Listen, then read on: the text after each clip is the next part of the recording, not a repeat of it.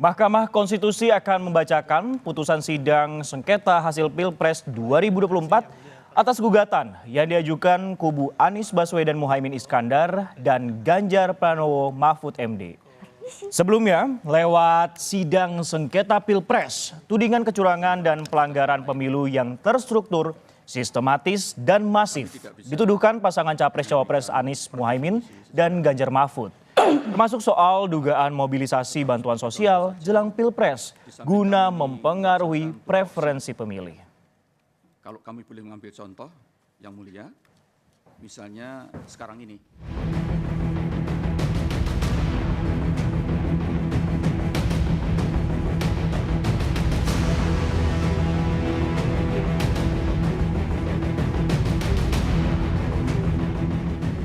Mahkamah Konstitusi telah menggelar serangkaian sidang sengketa hasil Pilpres 2024 dan bakal membacakan putusan pada Senin 22 April.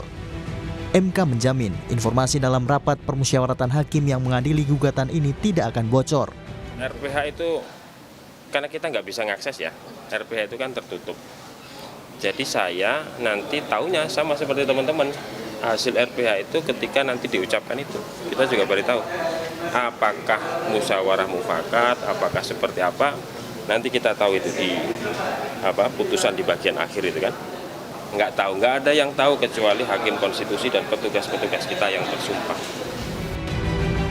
Sementara itu, tim pemenangan nasional Ganjar Mahfud optimistis Mahkamah Konstitusi akan mengabulkan semua gugatan dalam putusan sidang perselisihan hasil pemilihan umum pemilihan presiden 2024.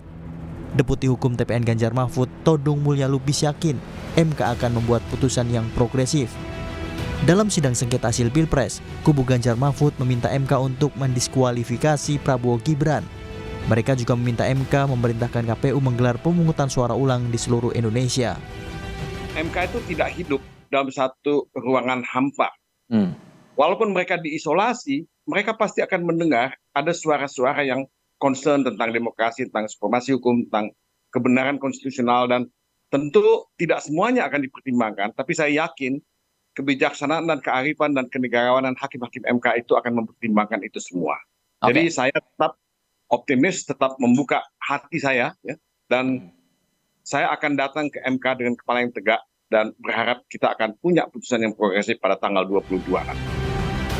Sebelumnya, tudingan kecurangan dan pelanggaran pemilu yang terstruktur, sistematis, dan masif dituduhkan pasangan Capres-Cawapres Anies Muhaimin dan Ganjar Mahfud dalam sidang sengketa Pilpres. Termasuk soal dugaan mobilisasi bantuan sosial jelang Pilpres guna memengaruhi preferensi pemilih. Tuduhan memenangkan Pilpres dengan cara curang langsung dibantah Presiden terpilih Prabowo Subianto. Prabowo menyebut tuduhan itu tidak berdasar serta melukai perasaan simpatisan dan para pemilih Prabowo Gibran. Di mana kami dituduh menggunakan cara-cara yang curang dengan menggunakan bansos maupun aparat penegak hukum. Kita sadari bersama bahwa itu adalah tuduhan yang tidak mendasar. Namun kami meminta kepada pendukung pasangan Prabowo Gibran, para pemilih yang sudah menggunakan hak pilihnya untuk selalu waspada, selalu hati-hati, dan tidak terpancing. Di sisi lain, gejolak politik di luar ruang sidang sengketa Pilpres masih berlangsung panas.